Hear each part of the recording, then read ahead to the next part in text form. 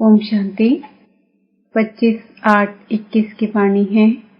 मीठे बच्चे, शांत रहने का स्वभाव बहुत अच्छा है। शांत स्वभाव वाले बहुत मीठे लगते हैं। फालतू बोलने से न बोलना अच्छा है। प्रश्न: किन बच्चों को सभी प्यार करते हैं?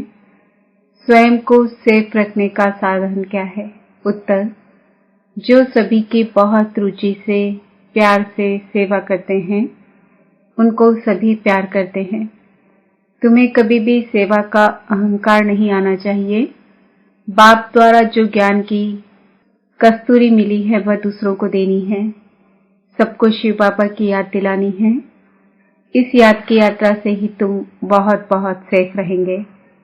जितना याद में रहेंगे उतना खुशी भी रहेगी और मैनर्स भी सुधरते जाएंगे। ओम शांति। रूहानी बाप बैठ रूहानी बच्चों को समझाते हैं। समझा समझा कर कितना समझदार बना देते हैं। पढ़ाई भी सहज है ना? वह है स्थूल पढ़ाई और यह है सूक्ष्म पढ़ाई। तुम बच्चे जानते हो यह पढ़ाई बाप के सिवाय और कोई पढ़ा नहीं सकते हैं। बाप आए ही हैं पवित्र बनाने और पढ़ाने। एम ऑब्जेक्ट सामने खड़ी है तो ऐसे बाप को याद कर खुशी में रोमांच खड़े हो जाने चाहिए। यह भी बच्चे जानते हैं कि दिन प्रतिदिन हमको शांति में ही जाना है। शांति तो सबको बहुत पसंद होती है। बड़े आदमी जास्ती नहीं बोलते हैं और न जोर से बोलते हैं। तुम बहुत बहुत बड़े आदमी बनते हो। वास्तव में आदमी नहीं कहेंगे, तुम तो देवता बनते हो। देवताओं का बोलना बहुत थोड़ा होता है। तुमको भी जब देवता बनना है तो टॉकी से बदल साइलेंस में रहने का अभ्यास करो। शांति में रहने वाले के लिए समझेंगे कि इनका अपने ऊपर अटेंशन है। जबकि तुमको शांति धाम जाना है तो बोलना भी बहुत आहिस्ते है। आहिस्ते बोलते बोलते शांति धाम में चले जाना है। जितना तुम शांति में रहते हो उतना शांति फैलाते हो। तुमको बहुत शांति में रहना चाहिए। आवाज से बात करना अच्छा नहीं लगता। क्रोध भी अच्छा नहीं है। बच्चों में कोई भी विकार नहीं रहने चाहिए। देखना है हम कोई से लड़ते झगड़ते तो नहीं हैं। बाप ने समझाया है, hear no evil, talk no evil. जो बातें तुमको पसंद नहीं हैं उन बुरी बातों से तुम्हें किनारा कर देना चाहिए तो दोनों का मुख बंद रहेगा। हर बात में दैवी गुणों को धारण करना है। कोई आवाज से बात करे तो बोलो शांत, आवाज मत करो। तुम जानते हो हम शांति स्थापन करते हैं। सतयुग में शांति रहती है ना? मूल वतन में तो है ही शांति। शरीर ही नहीं तो बोलेंगे फिर कैसे? बाप बच्चों को श्रीमत तो बहुत अच्छी देते हैं। समझाते हैं, मीठे बच्चों अब तुम्हें अपने घर चलना है। टॉकी से मूवी में आना है, फिर साइलेंस में चले जाएंगे। जो भी मिले उनको यही पैगाम देना है। तुम जितना साइलेंस में रहेंगे उतना समझेंगे यह लोग किसी धुन में हैं। शांत रहने का स्वभाव बहुत अच्छा है। वह बहुत मीठे लगते हैं। फालतू बोलने से न बोलना अच्छा है। तुम सच्चे सच्चे पैगंबर हो। तुम्हारी सबके ऊपर कृपा होनी चाहिए। मैं हर करने वाले बच्चे बड़े शांत में बाप की याद में रहेंगे। सिर्फ पैगाम देना है कि बेहद के बाप को याद करो तो बेहद का सुख शांति मिलेगा। लौकिक बाप के पास बहुत धन है तो बहुत वर्षा मिलेगा ना? बेहद के बाप पास तो है विश्व की बादशाही, जो हर 5-4 वर्ष बाद तुम्हें विश्व की बादशाही मिलती है। तुम बच्चों को सभी की बहुत रुचि से सर्विस करनी है। हर एक को सेवा के लायक बनाना है। जो दूसरों की प्यार से सेवा करते हैं उनको सभी प्यार करते हैं। कभी भी सेवा का अहंकार नहीं आना चाहिए। तुम्हें बाप द्वारा ज्ञान की कस्तूरी मिली है, वह दूसरों को देनी है। एक दो को याद दिलाते रहो कि शिव बाबा याद है। इसमें खुशी भी होती है। याद दिलाने वाले को थैंक्स देना चाहिए। याद की यात्रा से तुम बच्चे बहुत बहुत सेफ रहेंगे। जितना याद में रहेंगे उतना खुशी भी रहेगी और मैनर्स भी सुधरते जाएंगे। तुम्हें अपने कैरेक्टर्स जरूर जरूर सुधारने हैं। हर एक अपने दिल से पूछे, हमारा स्वभाव बहुत बहुत मीठा है, कभी किसी को नाराज तो नहीं करते? ऐसा वातावरण कभी न हो जो कोई नाराज हो जाए।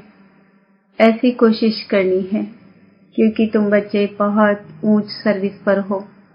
तुम्हें सारे मांडवे को रोशनी देनी है। तुम धरती के चैतन्य सितारे हो। कहा भी जाता है नक्षत्र देवता। अब वह सितारे कोई देवता नहीं है, तुम तो उनसे महान बलवान हो, क्योंकि तुम सारे विश्व को रोशन करते हो। तुम ही देवता बनने वाले हो। जैसे ऊपर सितारों की रिमझिम है, कोई सितारा बहुत तीखा होता है और कोई हल्का, कोई चंद्रमा के नजदीक होता है। तुम बच्चे भी योग बल से संपूर्ण पवित्र बनते हो तो चमकते हो। अभी तुम बच्चों को अविनाशी ज्ञान रत्नों की लॉटरी मिल रही है तो कितनी खुशी रहनी चाहिए। अंदर में खुशी की उछले मारते रहो। यह तुम्हारा जन्म हीरे जैसा गाया जाता है। तुम ब्राह्मण ही नॉलेजफुल बनते हो तो तुमको नॉलेज की ही खुशी रहती है। इन देवताओं से भी तुम श्रेष्ठ हो तो तुम्हारा चेहरा सदा खुशी में खिला रहे। बाप बच्चों को आशीर्वाद करते हैं, मीठे बच्चे सदा शांत भव, चिरंजीवी भव, अर्थात बहुत जन्म जियो। आशीर्वाद तो बाप से मिलती है, फिर भी हर एक को अपना पुरुषार्थ करना है कि हम चिरंजीवी कैसे बने। बाप को याद करने से तुम चिरंजीव बन रहे हो। यह आशीर्वाद बाप देते हैं। ब्राह्मण लोग भी कहते हैं आयुष्मान भव। बाप भी कहते हैं बच्चे सदा जीते रहो, तुम्हें आधा कल्प के लिए काल नहीं खाएगा। सत्युग में मरने का नाम नहीं होता। यहाँ तो मनुष्य मरने से डरते हैं ना। तुम तो पुरुषार्थ कर रहे हो मरने के लिए। तुम जानते हो बाबा को याद करते करते हम यह शरीर छोड़ अपने शिव पापा के पास जाएंगे, फिर स्वर्गवासी बनेंगे। अभी तुम मोस्ट बेलवेट बाप के बच्चे बने हो तो तुमको भी बाप जैसा बहुत बहुत मीठा, बहुत प्यारा बनना है। बाबा पत्रों में भी लिखते हैं, मीठे मीठे लाडले सिकिल दे बच्चों, बाबा बहुत मीठा है ना।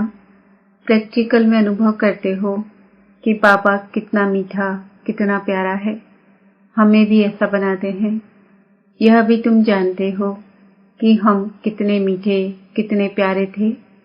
हम ही पूज्य से फिर पुजारी बने तो खुद को पूजते रहे। यह भी बड़ी वंडरफुल समझने की बातें हैं। तुम बच्चे जानते हैं आधा कल्प के हमारे सब दुख दूर करने वाला बाबा अभी आया हुआ है। कहते हैं हर हर महादेव। अब वह महादेव तो नहीं है। दुख तो बाप ही हरेंगे। दुख हर कर सुख देने वाला बाप है। आधा कल तुमने बहुत दुख देखे हैं। 5 विकारों की बीमारी बहुत बढ़ गई है। इस बीमारी ने बहुत दुखी किया है। इसलिए बाप कहते हैं मीठे बच्चे, यह जो कर्मों का खाता है उनको अब ठीक करो। व्यापारी लोग भी 12 मास का खाता रखते हैं ना। बाप समझाते हैं बच्चे, अभी सारी सृष्टि पर देखो कितना किचरा है।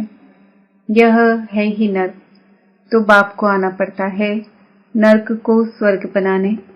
बाबा बहुत प्रेम से आते हैं, जानते हैं मुझे बच्चों की सेवा में आना है। मैं कल्प कल्प तुम बच्चों की सेवा पर उपस्थित होता हूँ। जब खुद आते हैं तब बच्चे समझते हैं बाप हमारी सेवा में उपस्थित हुए हैं। यहाँ बैठे सभी की सेवा हो जाती है। सारी सृष्टि का कल्याणकारी दाता तो एक ही है ना। बाप जानते हैं सारी दुनिया की जो भी आत्माएं हैं सबको मैं ही वर्षा देने आता हूँ। बेहद के बाप की नजर दुनिया की आत्माओं की तरफ जाती है। भले यहाँ बैठे परंतु नजर सारे विश्व पर और सारे विश्व के मनुष्य मात्र पर है, क्योंकि सारी विश्व को ही निहाल करना है। ड्रामा प्लान अनुसार कल पहले मिसर सारे विश्व की आत्माएं निहाल हो जाने वाली है। बाप सब बच्चों को याद करते हैं, नजर तो जाती है ना। संगम युग पर ही बाप बच्चों की सेवा में उपस्थित होते हैं। उनकी भेंट में कोई भी सेवा कर न सके, उनकी है बेहद की सेवा। तुम बच्चे भी बाप का शो तब कर सकेंगे जब उन जैसी सेवा करेंगे। सेवा करने वालों को फल भी बहुत भारी मिलता है। बच्चों को नशा भी चढ़ता है कि हम श्रीमत पर सारे विश्व के मनुष्यों को सुख देते हैं। बाप कहते हैं, मीठे बच्चे, अब ज्ञान रत्नों से अपनी खूब झोली भरो, जितनी भरनी है भरो, अपना टाइम बर्बाद ना करो। बाप की याद में टाइम को आबाद करो।